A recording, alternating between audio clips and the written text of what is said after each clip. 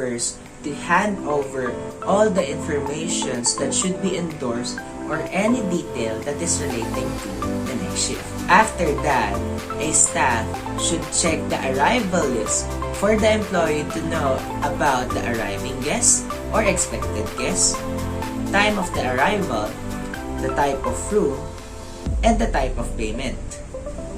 And lastly, the staff of the front desk would coordinate to other departments for the special requests of each guest.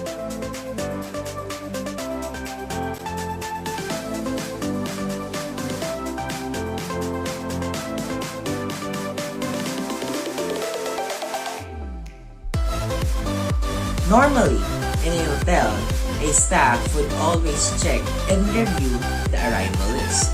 Normally, this is a list that is printed by the night auditor that shows all the information of the expected guest on that specific day. One more important to take in account is the consideration of the stay room.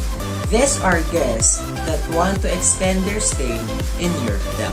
When this happens, you must look for another hotel for the walk-in guests. Most especially if your hotel is in full house or in peak season. A staff should always be aware of the early departing guests to help them to inform the housekeeping department to prepare the room for the next accommodation. After that, another factor that should be checked is following up on certain arrivals or reservation. In this way, the staff will gonna contact or call the guest that the hotel is expecting to arrive on that specific day. If the guests have decided to not arrive on the hotel, that means that the reservation is now cancelled. In this way, the staff may optimize the room sales, most especially in peak season.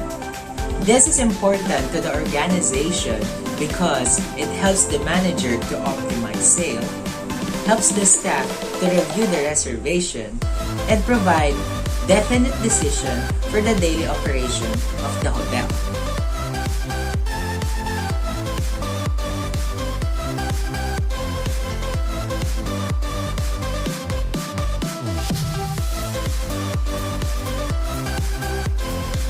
Rooms is allocated depending on the guest requirement or what's the guest preference. Most especially, it depends also on the hotel's policies. This can be also based by the arrival list or special request of each guest. For group reservations, most of the time, the hotel allocate it to the less popular section of the hotel. Another factor in allocating the room is the rate itself. In this way, it determines the type of room of the guest that he or she would be receiving. The higher the room rate, the more features of the room for the guest.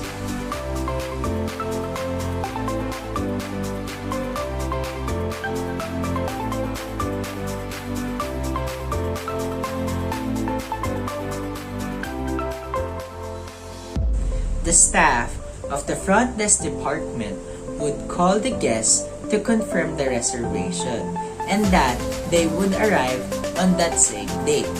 This is the purpose why the hotel gets the contact details while having the reservation. In most hotels, tentative reservation is considered as walk-in guests. When the hotel is fully booked and the guests with the tentative reservation arrive, I would immediately inform the guest that the hotel is fully booked, and I would assist him or her as much as I can if he or she wants me to refer her to another hotel. Another factor that you cannot accept a guest with a tentative reservation because reservation is only guaranteed if the guest had paid an initial deposit for the hotel. I can also rely on my manager if we could accept the guest, or should I say, my manager have another way to accommodate the guest.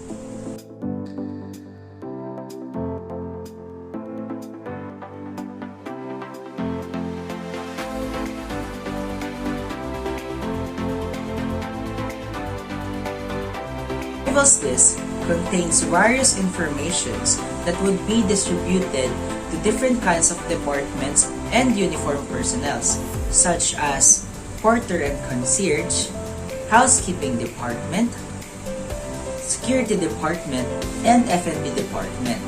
This is an important task to do because it helps the department and staffs in planning for the daily operations and duties and responsibilities of each department.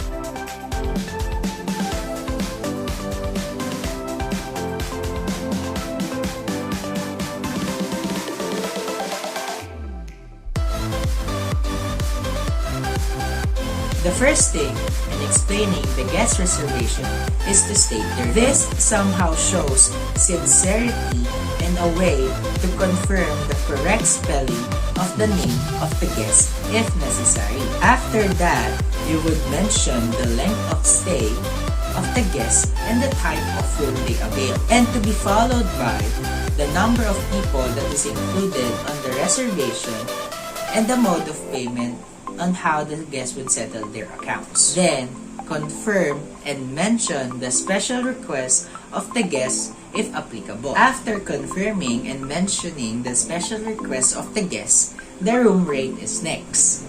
But take note that you are not allowed to mention the room rate when it comes to face-to-face confirmation of the reservation. You will just point it out on the registration card because it is for the privacy and confidentiality of the guest. Also, take time to explain the vouchers or any complimentary items such as breakfast, free drinks, and any items that is free of charge. And lastly, at least explain one facilities that your hotel offers. And this way, it helps to excite the guests and attracts potential consumers.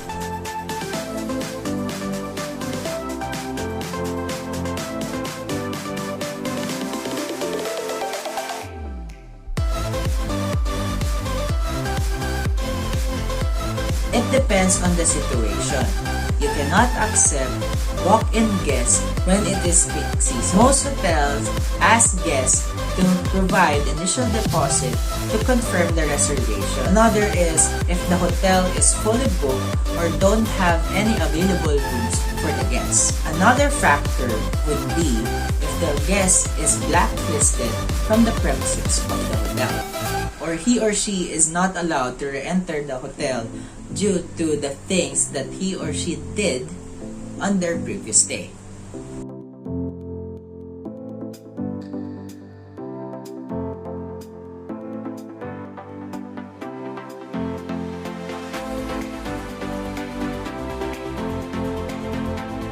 I prepared a short skit to demonstrate on how to refuse a walk-in guest if the hotel is fully booked. Good afternoon, welcome to Dusit Tani. I am Jethru. How may I help you today? I would like to check in. May I know your name, please? And do you have any reservations? Sure, it's Mike Beltran, and I don't have any reservations. No problem with that, Mr. Beltran. I will just check our assistant if there is an available room. Sure, no problem. Sorry to say this, Mr. Beltran, but our hotel is currently fully booked as of this. But if you would like me to refer you to a nearby hotel, I would gladly to assist you with that. Sure, no problem with that. Could you wait for a while, Mr. Beltran? I will call the hotel to notify them that you're arriving in their hotel. Okay. Sorry for waiting, Mr. Beltran. It is all set. The hotel staff is already waiting for your arrival. By the way, Mr. Beltran, would you like to have a shuttle service going to their hotel? That sounds good. I'll avail it. Sure thing, Mr. Beltran. Please sign here and this is the amount you need to settle. Sure. Here you go. Thank you for choosing Dusit Tani, and your shuttle service would arrive within 20 minutes. And let me assist you in our waiting line. Thank you so much, Jethru, for your service.